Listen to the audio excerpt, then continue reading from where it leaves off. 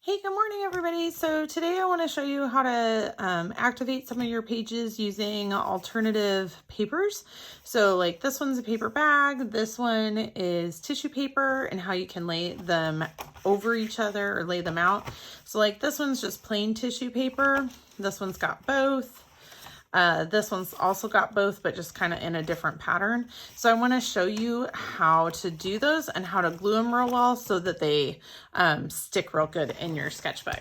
So for my demo, I'm just going to use a regular piece of paper to demonstrate on, but you could just do this directly into your sketchbook.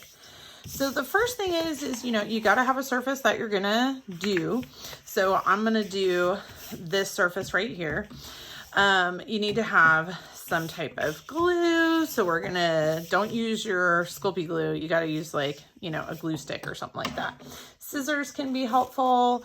Some type of thing to do the gluing on. So like I'm going to use this magazine that I have that's left over.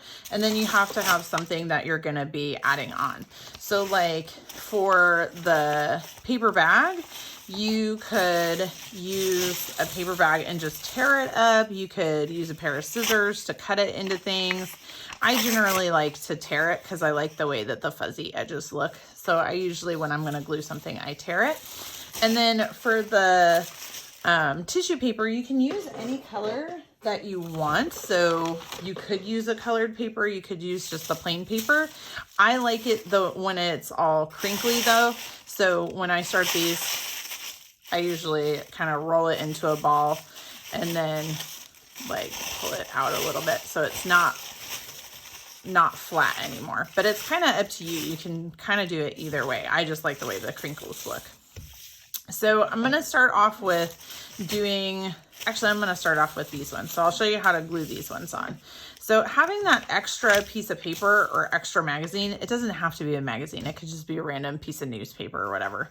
But getting the right amount of glue on your paper is kind of actually really important, because a lot of times when you were taught in school, like elementary school, there was a limited number of supplies. So when your school teacher told you to glue things, a lot of times they'd tell you to glue with an X and then just stick it on your paper. Well, if you only glue with an X in your sketchbook, ultimately it's going to end up falling off, especially if we do other techniques around and over it or on pages that are next to it. So instead, if you have an extra piece of paper that you don't mind getting glue all over, you can start in the middle and literally glue past the edges all the way around. Okay, so this is going to make sure that there is plenty of glue on here. And so you can just stick it wherever you want to go. If you miss a spot, like I didn't realize that spot was folded, I'm going to still glue it. Now this Elmer's glue, it does dry clear, so I don't really care if I get a little bit on there, but you're going to smooth it out. Now here's the difference. A lot of times people will just be like, okay, we're done, right? I still take my extra thing that I had, lay it over the top and rub it. Now I learned some of this stuff from the Journal Junkies. They do a lot of activating pages and stuff like that, and they were super inspiring. So I've kind of moved on to adding more stuff. But now that this is on here, you can see all like the frayed edges, and this is not gonna fall off. And since I was using a magazine and I know this one was glued, now I can just move to a fresh page when I want to do the next thing, right? Now for the tissue paper, if I was doing a tissue paper shape, like on, let's see. Oh, there's some of the, here's some more. I added random stickers and stuff. So if I was doing tissue paper shapes like this, I would do it exactly the same way I just did on this part. I would just do it with the tissue paper. This is tissue paper over the top of some other shapes and stuff. But what I want to show you now is if you're going to do like a full page tissue paper, how to do the full page. So for me, instead of trying to cover this whole thing in glue, which is already all kind of wrinkly and whatnot, I'm actually going to cover this in glue. So I'm just going to take my glue stick and I'm going to glue from edge to edge. And I'm gonna glue, since I'm covering this up, you'll still be able to see it. But I'm gonna, glue over the top of that again. Boop, boop, boop. But you wanna get the whole thing. You're gonna end up using lots of glue, but that's why I provided you glue, or I will be providing you glue if I haven't already. Or if you're somebody who's not in my class who's watching this, just grab some glue. So I like the Elmer's glue sticks. I like the purple ones just because like I can see where I've already gone, right? And if you just keep a little paper towel handy or something, you can wipe your fingers off when you have to like hold it in the corner. But you really want to get lots of glue on there. Don't be stingy on your glue. So now I'm just going to take my extra tissue paper, and with it all kind of wrinkly, I'm going to gently push it down just so it sticks on there.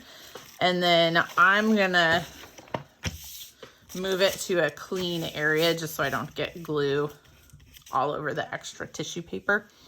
And like I said, if you keep something handy that you can wipe your hands off on when you get glue on it, I'm going to do that. That's really helpful. Okay. So I put my stuff over the top. I'm pushing really hard on there to get it to make sure it's stuck really good. And you can already see like all these little wrinkles.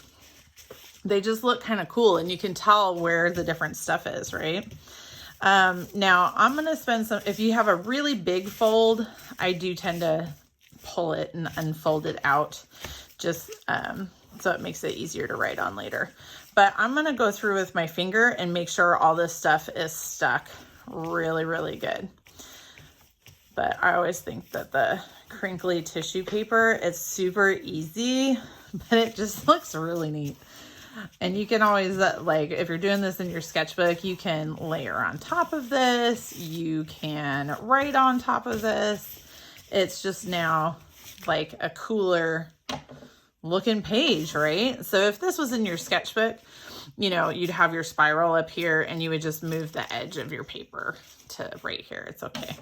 And then you can just trim off with a pair of scissors, or you can tear, whatever you want to do, but you're just going to trim off any of the extra paper, right? And like I said, if you had a spiral binding, or like the edge of your paper was inside the sketchbook, you would just set the edge of your paper along the edge here, right? And if your edging isn't exactly perfect, that's okay, right? It's okay. But do try to make sure everything's stuck down really, really good. Now you do want to wait till this is all the way dry before you add any type of wet media over it. So like if you were trying to do watercolor over the top or something, I would wait till this was fully dry before I do it. And you can see, like, you can still see some of the purple, and when I feel it, it still feels moist. But there you go. So super awesome crinkly page, or alternative paper. All right, thanks everybody.